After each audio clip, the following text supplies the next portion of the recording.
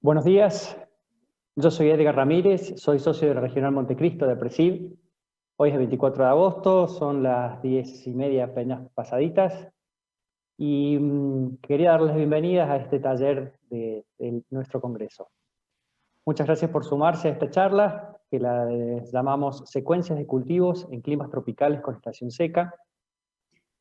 Y arrancamos este ciclo de charlas dentro del 28º Congreso APRESID Siempre Vivo, Siempre Verde. Le paso unos avisos parroquiales. A lo largo de la presentación podrán ir haciendo las preguntas. Fíjense que a la derecha de la pantalla hay un recuadro para escribirlas, para pasarlas.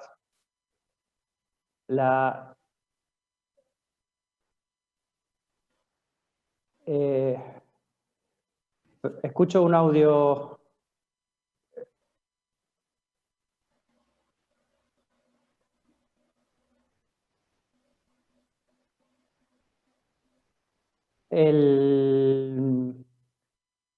Les decía entonces que tiene un recuadro para hacer las pantallas. Para hacer las preguntas, perdón, en la derecha de la pantalla, y también les recomiendo que la vayan haciendo a medida que la charla vaya siendo presentada, así queda más, así tenemos tiempo de procesarlas para preguntarlas.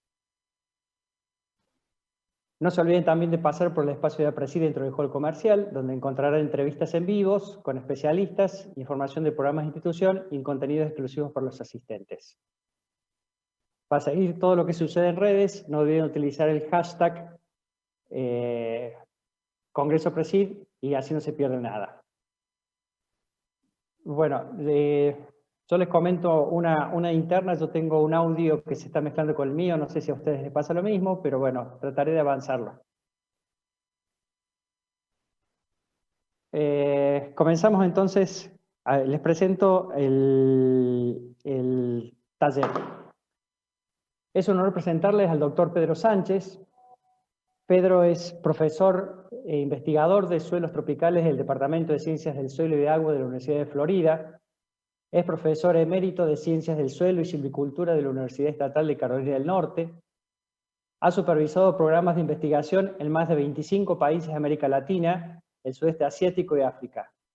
Nació en Cuba, recibió sus títulos de licenciatura, maestría y doctorado en la Universidad de Cornell, Woodford World Food Prize 2002, MacArthur en 2004, miembro de la Academia Nacional de Ciencias de Estados Unidos en 2012, miembro del Comité Presencial para la Medalla Nacional de la Ciencia en 2017. Ahora sí, los dejo con el profesor Pedro Sánchez. Adelante. Buenos días, colegas. Le habla Pedro Sánchez de la Universidad de la Florida, actualmente estando en una playa en Massachusetts. Esta presentación es en memoria del doctor Alfredo Scheid López, quien falleció en Brasil hace unas semanas y fue un gran actor en lo que voy a hablar. También yo estuve involucrado muy activamente en investigación y políticas en el Cerrado durante la década del 70 y el 80, pero después no estuve más activo, pero sí fui muy buen observador, frecuente observador de lo que ha acontecido en el Serrano, y en esto se basa esta presentación. Quisiera decir primero que estamos hablando de suelos oxisoles o latosoles en Brasilia, que son totalmente diferentes en su química, su mineralogía, sus propiedades físicas a los molisoles o chernozems de Iowa en Estados Unidos, en donde se considera que son los mejores suelos del mundo.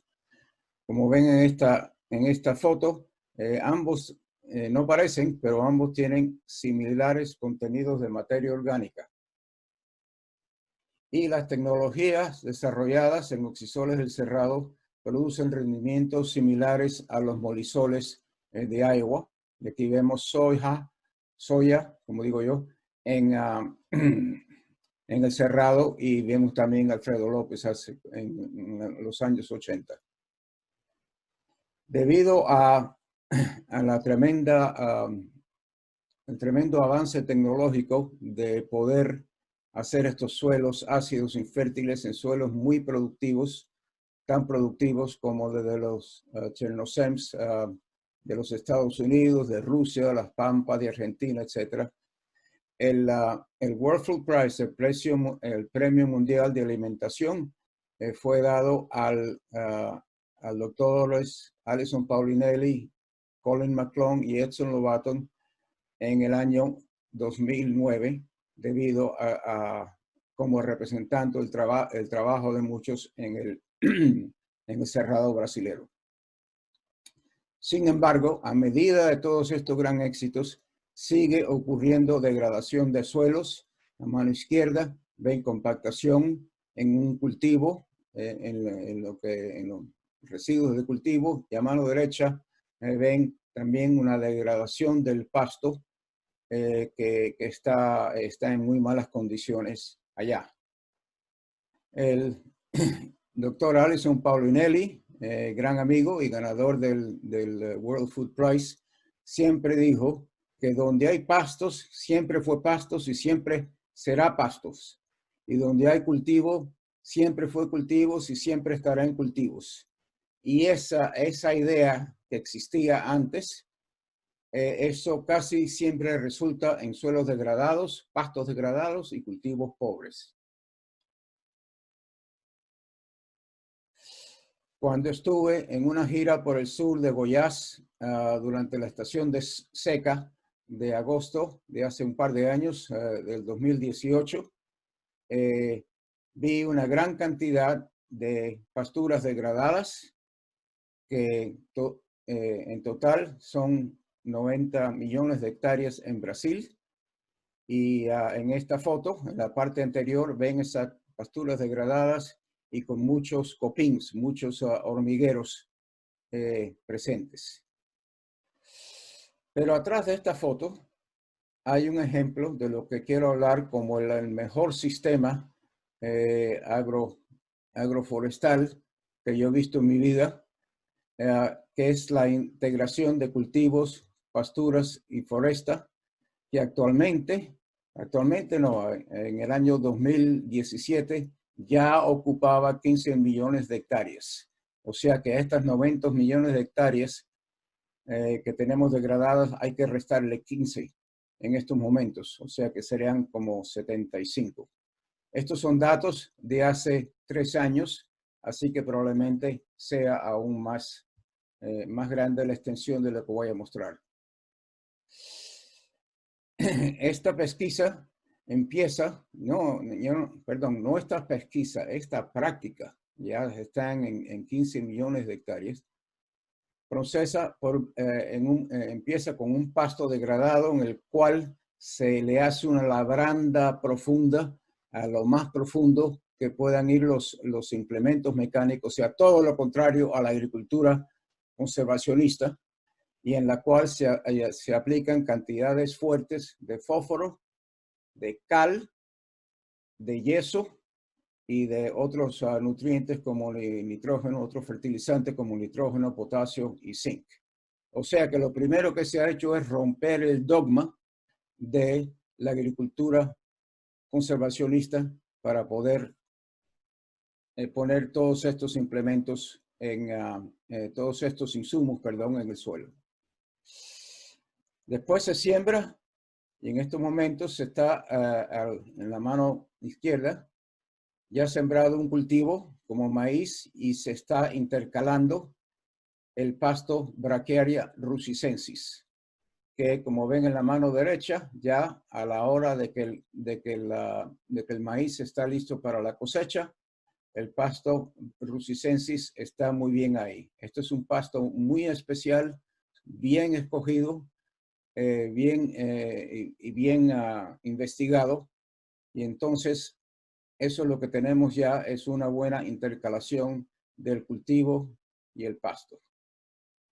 El cultivo paga por todos los insumos, y lo bueno del pasto y de la aplicación de fertilidad que se ha hecho es que ahora todo el suelo, tanto la capa arable como el subsuelo, ya tiene mejores propiedades químicas. o sea, tiene menos saturación de aluminio, tiene más calcio, tiene suficiente fósforo y otros nutrientes, no solamente la capa arable, sino todo por lo menos el primer metro del subsuelo. Esto hace utilizar todo el volumen del suelo en vez de solamente la capa arable. Luego, después, cuando el pasto está ya bien establecido, como pueden ver en la figura superior derecha, las propiedades físicas y biológicas del suelo aumentan drásticamente. Cuando el pasto pasa de un pasto degradado como en la izquierda, y ustedes ven las propiedades, cómo se ve un pedazo de suelo sacado inmediatamente de allá y cómo mejora ese suelo ya con 1 o 2 años de pastoreo, y ven que el aspecto del suelo en sí, lleno de raíces de un color más oscuro, se hace obvio. O sea, que las propiedades de fertilidad químicas del suelo se mejoran debido a una aplicación fuerte de insumos y insumos a profundidad, y las propiedades físicas y biológicas del suelo se aumentan con la fase de pastos. Aquí tienen una foto que es el ganado ganando peso después de 5 meses sin lluvia. Una cosa increíble. Y así es en este sistema de integración de cultivos, en la forma que lo he hecho con el ganado, con Brachiaria rusicensis. Ustedes ven, como pueden ver ahí, un ganado en muy buen estado después de 5 meses sin lluvia en una hacienda en el norte de Minas Gerais. La pregunta es, ¿por qué diablos? ¿Por qué pasa eso? Ok, ¿por qué? Bueno, porque hay 2 cosas. Está lo que los brasileños llaman la palhada, que es una mezcolanza de paja de maíz y de Brachiaria decumbens, Brachiaria rusicensis, la cual pone una tapa sobre el suelo, y eso baja mucho la pérdida de la humedad del suelo por evaporación. Y viendo el perfil, lo que pueden ver aquí es que las raíces profundas de Brachiaria rusicensis, que llegan más o menos hasta 1 metro de profundidad en esta diapositiva, chupa la humedad del suelo y la pone en la parte aérea de la braquiaria, las hojas, etcétera. Reciclan del subsuelo muchos nutrientes y secuestran el carbono cuando esas raíces se decomponen a profundidad. Este sistema formidable permite la utilización de este campo durante la época seca sin regadío. En otras palabras, una tapa por la paliada, como lo dicen ellos, una tapa por la paliada que acaba con la evaporación del suelo, y un suministro de humedad a la braquiaria debido a las raíces profundas de ellas. Es una cosa formidable. Después, cuando el agricultor decide terminar con la fase de pasto, no porque se degrada, sino porque quiere hacer un cambio, entonces usa un herbicida para matar los puntos de braquiaria que crecen, pero solamente a un 20% o una quinta parte de la tasa recomendada, solamente para bajar el estándar de braquiaria. Y después Eso se seca, entonces viene la segunda siembra de un cultivo, que es soya, ya por labranza mínima, lo que se dice, lo que ustedes dicen siembra directa. Ya se acabó la labranza profunda. Esta segunda labranza es una labranza directa, típica conversionista. Se puede hacer bien y sale otra cosecha, en este caso soya, y después vuelve otra vez a implantar el ciclo con la braquiaria. Entonces, un cambio importante que ha habido en los últimos años es la incorporación de eucaliptos en este sistema. En esta foto se ve a eucaliptos sembrados en 2 rayas y a una distancia de más o menos 10 metros entre las dos las rayas de eucalipto. Eso permite la cosecha de cultivos, la siembra de braquiaria, etcétera, ahí. Y 15 años después, ya cuando no puede haber cultivos debajo del eucalipto por sombramiento, pero sí puede haber la braquiaria, se mantiene muy bien y el ganado sigue pastoreando y bajo unas condiciones de temperatura mucho más agradables debido a la sombra que da el eucalipto. Este sistema termina a los 15 años, en el cual talan el eucalipto y vuelven a mantener ganado y seguir con la rotación cultivo-ganados. Para mí, una de las cosas más importantes, más grandes que yo he visto en mi vida profesional de 50 años. Veamos algunos datos. Esto es de la Fazenda Boavista en Baldín, Minas Gerais.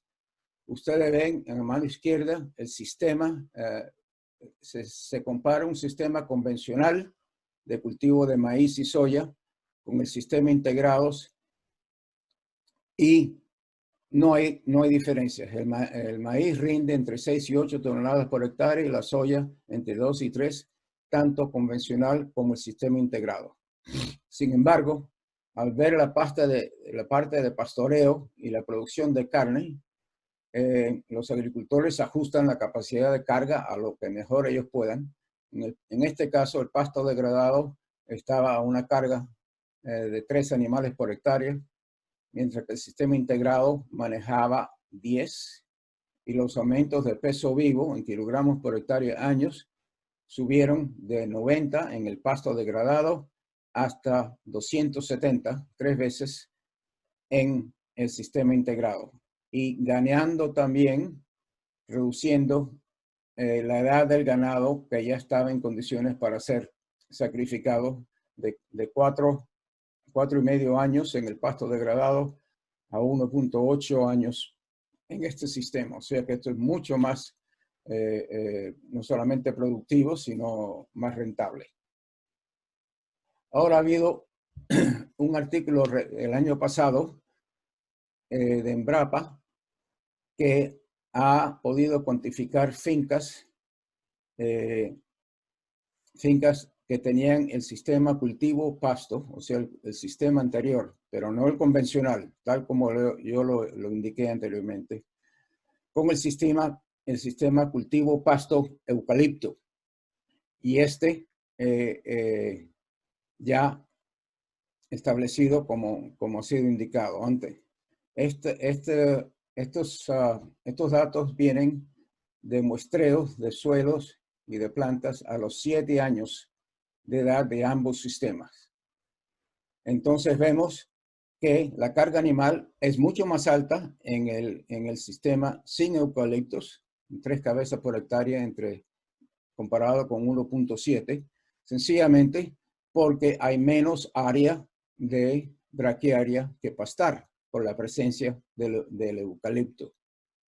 Bueno, esto sería mucho mejor para el pasto, y así es, y para la secuestración de carbono que el pasto da, que es la segunda columna, en la cual en la secuestración de carbono, el aumento del carbono en el primer metro de suelo, que llegó a 4.7 toneladas de dióxido de carbono equivalente por hectárea año.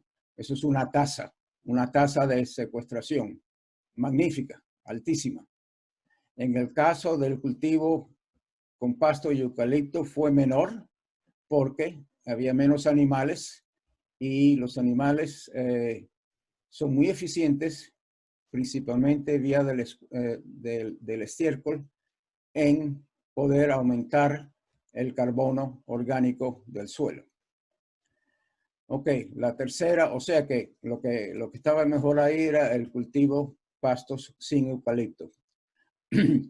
Ahora, en la cuarta columna, se ve la fijación de carbonos en los troncos de eucalipto. Lógicamente cero, en donde no hay eucaliptos, y una cantidad muy alta, 20.7 toneladas de dióxido de carbono equivalente por hectárea año. Entonces, el total añadido en carbono es ya mucho mayor debido al almacenamiento en los troncos.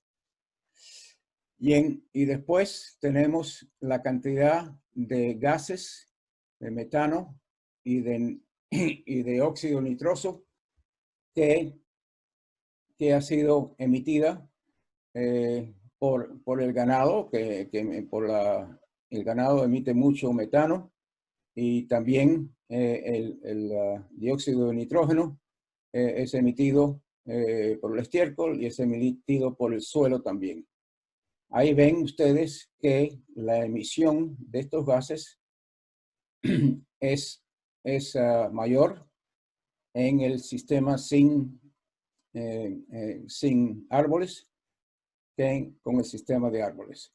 Pero lo que importa ahora es el balance, o sea, viendo el carbono total añadido y restándole la emisión de gases de metano y N2O, y vemos que ha sido positiva, o sea que ha sido más carbono, hay más carbono añadido que pérdidas por gases, pero más o menos en 0.9 toneladas de dióxido de carbono equivalente por hectárea año, mientras que con el sistema de pastos ha sido casi 22 toneladas de dióxido de carbono equivalente por hectárea año. O sea, ahí se ve la gran importancia que tiene la inclusión del eucalipto en este caso, y eso hace que verdaderamente todo este sistema está sacándole más carbono, secuestrando más carbono del aire que el otro. O sea, no es ni siquiera carbono neutral, sino un carbono mucho más neutral. Está sacando mucho dióxido de carbono al aire. Esto es un trabajo nuevo de Sousa et al. Después les doy las referencias, publicado el año pasado. La conclusión de estos investigadores es que el sistema integrado de cultivos, ganadería y floresta, si es implementado solamente en el 15% de una finca, con una densidad de 417 árboles de eucalipto por hectárea y una tasa de carga animal de 1.7 cabezas, este es suficiente para compensar todos los gases de efecto invernadero emitidos por los animales y los pastos, y dejando un tremendo excedente de carbono en la finca. El componente árbol es fundamental para aumentar estas reservas. Así que usted puede tener una finca, vamos a decir, de 1000 hectáreas, que es corriente en el cerrado, en el cual solamente poniendo el 15%, 150 hectáreas, en este sistema y el resto en un sistema de cultivos pasto normal, usted puede hacer toda esa finca de 1000 hectáreas neutra en carbono. Esto es una cosa fantástica y se basa mucho en una serie de principios importantes. El primero es que el suelo está cubierto por una capa vegetativa durante todo el año y no antes, que durante la estación seca de 5 o 6 meses el suelo estaba básicamente descubierto.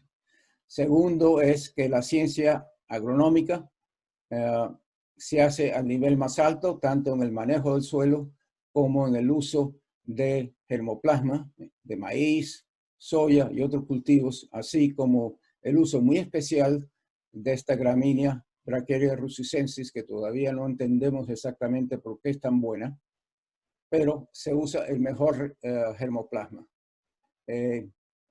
Tercero, que todo esto ha sido hecho en fincas de agricultores después de pequeños programas de investigación en las estaciones experimentales de Embrapa y las universidades que trabajan en este asunto. Y cuarto, que siempre está la capacidad brasilera tan grande de inventar cosas y trabajar duro y hacer las cosas bien.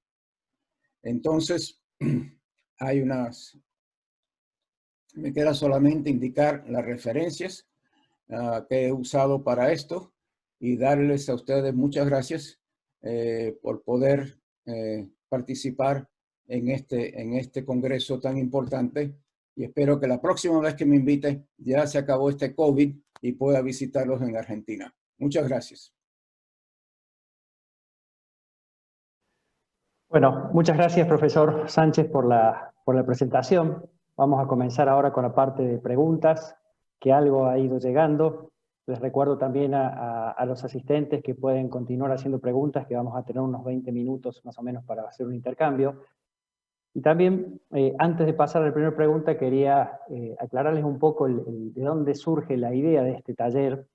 Con el profesor Sánchez nos conocimos durante un taller que organizó el Banco Africano de Desarrollo en Ghana, creo que fue en noviembre del 2017. Allí nos tocó hacer una presentación, primero la di yo, después la dio el profesor, y realmente estuvimos muy alineados en lo que fue la presentación de uno con el otro, sin ni siquiera saber lo que iba a tratar uno o el otro. Entonces de ahí surge un poco la idea esta de tratar de hacer que ambientes totalmente difíciles, con condiciones de suelo tal vez con suelos muy limitados en muchas cosas, en profundidad, en nutrientes, en pH, cómo podemos armar una rotación para desarrollar la agricultura sustentable que estamos acostumbrados a hacer. Creo por las preguntas que vienen llegando y por lo que vimos en la presentación, hay algo de roturación, hay algo de labranza en la presentación. Está claro que a todos los que nos tocó en algún momento trabajar en mecanización de suelos, o sea, en desarrollo de la agricultura, como nos pasó a nosotros en el caso personal en el norte de Argentina al final de los 90, donde había que entrar con topadoras, cadenas, las bulldozers, como dicen ustedes, de topar, acordonar y después quemar, mover los suelos para resetearlos de alguna manera y de esa manera comenzar con siembra directa. Bueno, es un proceso que hoy lo vemos como muy agresivo. Lo que pasó en Brasil fue en la década de los 80. Una de las, y ahí sí ya voy con una de las preguntas directamente. ¿Cómo, ¿qué alternativas de secuencia de cultivos en climas tropicales con estación seca hay dentro de un esquema conservacionista? Ok, gracias Edgar y gracias a los escuchantes. Yo me imaginaba que la primera pregunta es ¿por qué diablos estamos haciendo una labranza máxima en todo contrario a los principios de agricultura conservacionista en este caso? La respuesta es que se está empezando a través de suelos muy degradados y desde el punto de vista de fertilidad, en el caso de estos oxisoles o ferralsoles o latosoles brasileros, el subsuelo es completamente inhóspito para las raíces. Y si no tenemos raíces fuertes en el subsuelo, no se va a poder traer suficiente agua para que se pueda manejar una estación seca sin riego. Entonces, mira, es un asunto de que hay que romper huevos a veces. Y lo que estamos diciendo ahora, bueno, la experiencia brasileña lo dice, es que se hace al principio, porque Si vamos a querer utilizar todo el suelo, y eso yo creo que es uno de los principios que ahora estamos entendiendo mucho mejor, si queremos utilizar todo el suelo, tenemos que añadirle nutrientes al subsuelo en este caso. Y por eso hay que hacerlo con la labranza máxima, más profunda posible.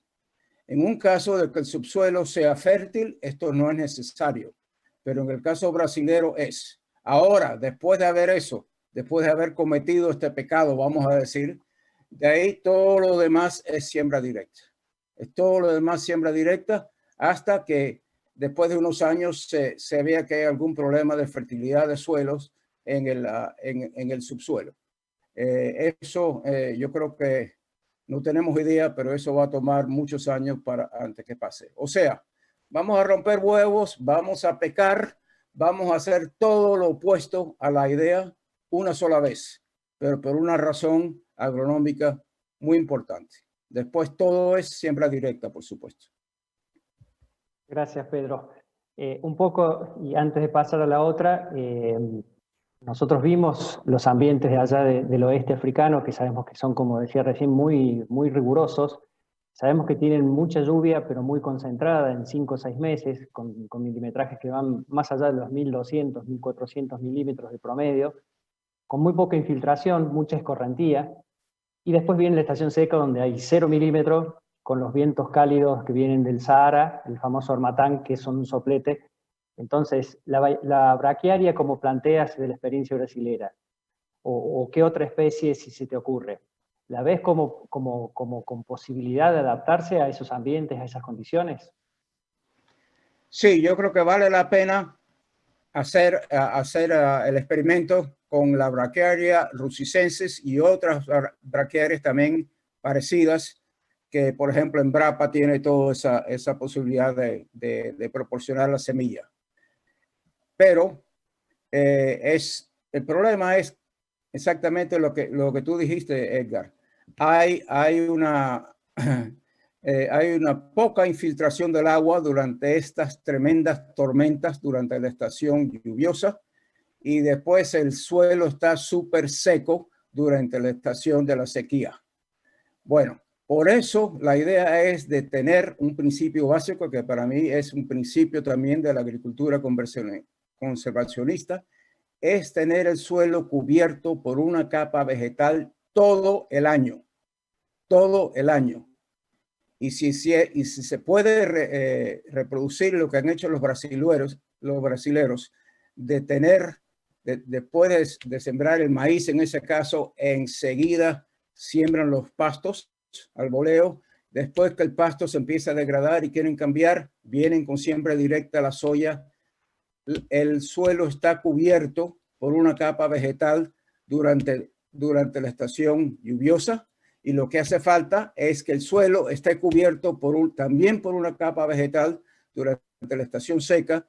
Y en el caso de los suelos brasileños, la Brachiaria rusicensis produce eso, lo que ellos le dicen paliada, no quiero decirlo en español porque suena un poco feo, pero esos rastrojos y esa combinación de los rastrojos de los cultivos, de la cobertura de la braquiaria, eso permite que se pueda utilizar el suelo todo el año.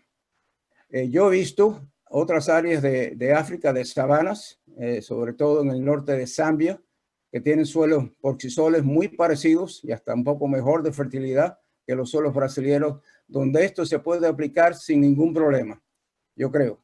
Pero en el caso de Ghana, sobre todo el norte de Ghana, donde estamos trabajando, colaborando con APRESID bajo el Banco Africano, los suelos son malos en el sentido que tienen mucha plintita, mucha laterita. Eso significa que menos suelo y menos capacidad de adaptar agua, que son poco profundos. No todos, pero algunos llegan hasta 1 metro, y yo creo que 1 metro es suficiente. Pero yo creo que no se puede hacer, y como concepto ahora más moderno, no debemos utilizar todo el suelo. Eso significa la capa arable y el subsuelo, hasta donde lleguen las raíces. Y eso es el secreto de estas cosas que estamos haciendo. Si se hace irrigación, vamos a tener los mismos problemas de sellamiento superficial del suelo, y cuando vienen las lluvias va a haber mucha correntía y mucha erosión. Yo creo que tenemos que tener la capa arable del suelo cubierta por una capa vegetativa de cualquier tipo durante todo el año. Y este es un concepto que me parece que es sumamente importante. Gracias, Pedro. Están llegando preguntas referidas a la parte ganadera, pero hago dos más, que las voy a hacer las dos en una, y dan un poco, están en torno a lo que venís hablando, de lo que ya charlamos, pero no quiero dejar de preguntarlas. Una, si tienes otra experiencia similar fuera de Brasil, algo nombraste recién, pero digamos, con casos concretos. Y la segunda, que también obviamente hace ruido el tema de lo que es labranza, es si han hecho pruebas comparativas con siembra directa desde el principio, sin dar vuelta el horizonte A. Ok, la respuesta a la segunda pregunta es que no. Pero yo no creo que hace falta. No, es tan obvio de que si se maneja solamente el horizonte A, no va a haber suficiente agua, que no va a haber suficiente profundidad de raíz que puedan captar el agua del subsuelo. Y eso es un recurso increíble, un recurso importante que a veces, que a veces se nos olvida. Y la primera pregunta es que tengo información de tipo de anécdota de que algunos agricultores brasileños han ido a los llanos orientales de Colombia y están haciendo lo mismo y con mucho éxito. Eso es anecdotal, pero de información de colegas colombianos que trabajan en los llanos orientales. Los suelos también son oxisoles, son parecidos a los del Cerrado. Bien, déjame agregarte algo más también por experiencias propias. Si los suelos nunca fueron mecanizados quiere decir que nunca se le sacaron los palos, los troncos, las raíces o las piedras que pudieran tener, meter una máquina directa es destruirla, ni siquiera en la primera campaña, es el primer intento. Claro. Tenemos experiencias marcadas con eso. Entonces, Claro. siempre hay que pasar un disco pesado, la rastra rombe, como decimos acá en Argentina, algún cincel con zafio, demás, como para poder comenzar a mecanizarlos y de esa manera sí después llevarlos a directo. O sea que yo también veo difícil que se pueda hacer en forma directa desde el momento cero, del minuto cero. Un poco con la parte ganadera de lo que has presentado, Pedro, preguntan, para el ordenamiento silvopastoril, ¿qué rol juega el ordenamiento del terreno vía cercos y cómo juega esto en predios pequeños? Bueno, la experiencia es ahora en predios grandes, tipo brasilero, que tiene un predio que tiene 1000 hectáreas y cosas así. Yo creo que no es cuestión del tamaño de donde se va a hacer esto. Es cuestión de tener suficiente terreno para poder poner 2 hileras dobles de eucalipto, en este caso, en la forma forestal, ya dentro de un pasto bien establecido y bien pastoreado. Me parece que este sistema se puede hacer a cualquier hectárea, a cualquier escala de trabajo. Es mucho mejor siempre en un sistema ganadero de tener varios potreros en que se pueda rotar los animales, y yo creo que este sistema también permite eso. Muy bien. Seguimos con el tema preguntan qué fuentes de agua para bebida de ganado tienen y si tienen problemas de calidad de agua. No, ahí no hay. Las fuentes de agua son unas represas que tienen muchos de estos agricultores brasileños, en las cuales ellos captan todas las correntías durante la estación lluviosa. Y sí se hace por pequeños sistemas de tener agua disponible al ganado, que eso es normalmente esencial. También las sales minerales que necesita el ganado. De acuerdo. ¿Han pensado en distintas especies de árboles para darle mayor biodiversidad? En Brasil no, porque el eucalipto es tan provechoso en todo sentido, pero esto sí, esto se debería de hacer en todo, en los tipos de árboles, sobre todo ustedes que están en una zona un poco más templada, puede haber árboles mejores. Y eso también sería cuestión de manejar la distancia entre las dos hileras de árboles y el resto está básicamente en potrero, porque ya cuando los árboles están altos ya no puede haber cultivo porque hay demasiada sombra, ¿no? Eso se puede manejar. Yo creo que el principio ahí es que los árboles tengan raíces profundas. Y otra vez, por eso el subsuelo es importante. Yo creo que se puede hacer en principio con cualquier tipo de árboles. El eucalipto tiene fama de ser el árbol más competitivo por agua sobre el suelo de nuestros árboles tropicales, y esto ha tenido éxitos en Brasil. Pedro, tenemos un problemita con el audio. Nos tomamos un minuto, siguen llegando preguntas, así que nos tomemos un minuto para ver de solucionar el problema del audio y poder seguir conversando. ¿Te parece? Con mucho gusto. Muchas gracias. Ya volvemos. Bueno, retomamos entonces la conversación, Pedro. Tuvimos que interrumpirla por problemitas técnicos. Está claro que somos muy nuevos en todo esto y bueno, tenemos que resignarnos y aprender. Estábamos hablando y un poco estabas respondiendo a la pregunta sobre el tema de especies de otro tipo de árboles para dar un poco de biodiversidad. Vos estabas comentando la ventaja que tiene el eucalipto, pero bueno, si querés explicarlo nuevamente o ampliar la respuesta, con mucho gusto. Sí, sí, cómo no. Además de la ventaja que tiene el eucalipto en Brasil, y por eso no se piensa en otras especies, se puede pensar en otras accesiones, etc. Pero también hay que acordarse que el eucalipto es súper competitivo con los cultivos o con los pastos, más que casi ningún otro árbol que yo conozca. Y pese a esa negativa, se usa muy eficientemente. Yo no veo ningún problema en concepto cuando ustedes quieran adaptar este sistema en otros sitios que se usen otros árboles. Me gustaría que serían árboles de rápido crecimiento, pero a veces vale la pena usar árboles de más lento crecimiento, pero mejor calidad de madera y ese tipo de cosas. Pero yo creo que eso está totalmente amplio a la investigación a nivel local. De acuerdo. Y un poco también parte lo respondiste, pero dice, ¿hay limitantes en las especies arbóreas para este tipo de producción?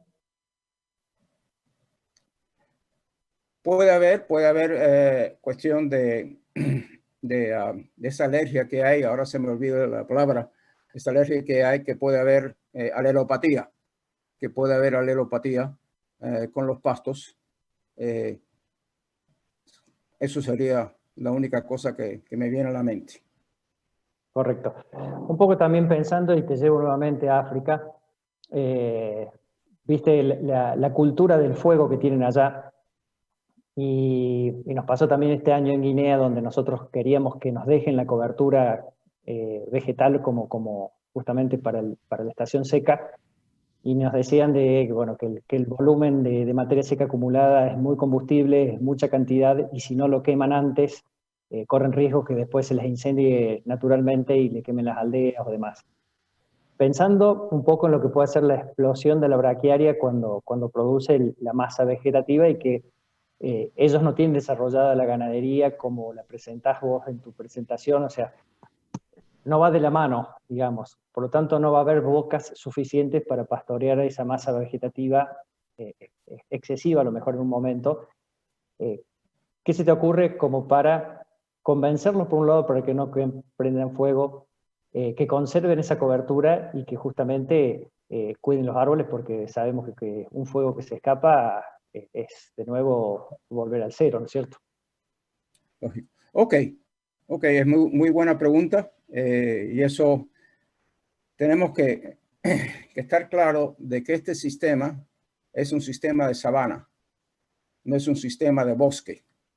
Lo que tú estás hablando, Edgar, me parece que es más tumbando bosque, más bosque, en donde efectivamente puede haber un exceso de material combustible y efectivamente tiran un fósforo o cae un rayo, puede haber un desastre que acabe con eso. Yo diría en ese caso, sembrar la braquiaria inmediatamente después del corte. Se me ocurre así. Inmediatamente después, donde todavía haya humedad en el suelo, con tanto tronco y tanta cosa, pues no va a haber un stand de braquiaria perfecto.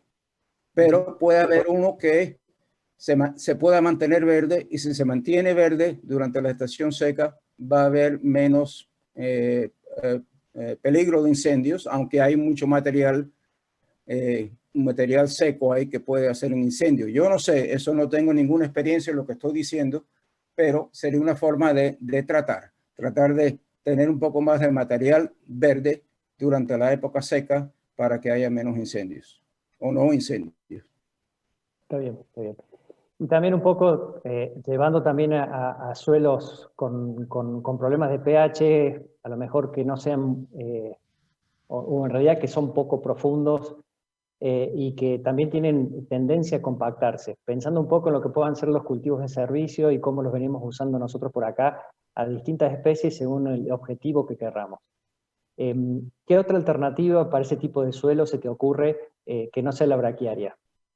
Pensando en algo que pueda colonizar en pHs más ácidos, que en un principio pueda llegar a romper esas capas duras que son propias del suelo, ¿no es cierto?, desde su génesis. ¿Qué se te ocurre como especies para alternar? Ok. Bueno, hay dos cosas diferentes. En el ámbito de tumba y quema, que normalmente es en suelos ácidos y profundos, hay un encalado natural que viene por las cenizas. No solamente un encalado, un abono con fósforo y todas esas cosas. O sea, que cuando las cenizas de la quema se incorporen, ahí se pueden sembrar muchas cosas. En la selva amazónica que hemos hecho eso, sembramos arroz, sembramos maíz, que no es tan bueno, sembramos hasta soya, y los brasileños están sembrando mucha soya en su Amazonía. Son en suelos ácidos, y el suelo ácido para mí ya no es problema de pH, ya es problema de cómo manejamos eso. En suelos que no sean ácidos, yo creo que hay que ver cuál sería el cultivo más fuerte, más vigoroso que se pueda sembrar. Yo creo que algunos sorgos podrían usarse, pero ustedes tienen mucho más experiencia en qué cultivos para estos suelos que ya no son ácidos y poco profundos que se pueda hacer allá. Hay que investigar eso. Ahora, otra cosa que quería decirle es que hay otros sistemas en el Cerrado brasilero que no tienen nada que ver con este sistema de integración, en el cual ellos siembran una o dos cosechas de maíz y soya. A veces la soya viene primero o a veces el maíz viene primero, de acuerdo con condiciones, pero todo eso lo sacan durante la estación lluviosa, que es solamente 6 o 7 meses. Y después ellos siembran braquiaria, aunque no son ganaderos. No son ganaderos ni les interesa. Les dicen que mejora el suelo, dicen que es mejor. Eso sin riego, ¿no? Con riego, pues ellos utilizan la estación seca, ya con riego de pivote central, alimentando el agua de esas presas que ellos han construido, y por lo tanto no afectan nada el acuífero. Ellos, y yo he visto siembras de papa, hasta de ajo, un ajo muy particular que vale mucho, y lo hacen en grandes cantidades. O sea que la pregunta era compleja y la respuesta bastante compleja, pero yo espero que ayude. Sí, cómo no. Justamente hay otra pregunta que hace referencia si hay alguna leguminosa para usar como cultivo de coberturas en esas estaciones secas. Sí, yo creo que hay muchas. Hay muchas que se pueden utilizar. Depende de la intensidad de la seca. En zonas más húmedas, tal vez tipo Guinea, el kuzu es una magnífica leguminosa. Es muy nutritiva para el ganado y cubre el terreno horriblemente. Ahora hay que tener cuidado con esa especie porque es una especie que después hay que eliminarla totalmente, porque si no cubre, pues cae por encima de cualquier cosa que vayan a sembrar. Hay una serie de estilosantes que son leguminosas. Hay muchas y Embrapa las tiene todas. Estilosantes guyanensis, estilosantes escabra, estilosantes no sé qué cosa, hasta algunas que son para zonas semiáridas como escabra y viscosa, y seguro que hay más especies. Valdría la pena ver esas especies y sembrarlas. En zonas de un clima más frío y de suelos que no son ácidos, alfalfa. Eso es lo ideal. Pero la alfalfa es muy susceptible a la acidez del suelo. De acuerdo. Ya nos queda poco tiempo, pero te hago dos preguntas más que pueden estar relacionadas. Una es un dato, solamente un dato, que es ¿cuál es el promedio de precipitaciones donde se hizo la experiencia que presentaste en tu charla? Y la segunda es si podría funcionar una labranza vertical profunda en vez de invertir el pan de tierra. Ok. El rango de lluvias, casi todo durante la estación lluviosas, es más o menos entre 1200 y puede llegar hasta 1400 o 1500 milímetros. Sobre el segundo, de un arado vertical, que es lo que creo que estás hablando, yo creo que vale la pena tratarlo, porque si eso puede incorporar la cal y el fósforo y todas esas cosas a profundidad, debe de funcionar bien, pero tengo experiencia. Ok. Bueno, estamos llegando al límite de tiempo, tampoco han quedado preguntas. La verdad que es muy interesante y en lo personal creo que da como para intercambiar información, experiencias y demás por mucho tiempo. La verdad que fue un gusto tenerte acá en este taller, en nuestro congreso, Pedro. Ya veníamos con ganas de poder invitarte y por distintas cuestiones de agenda no podía coincidir.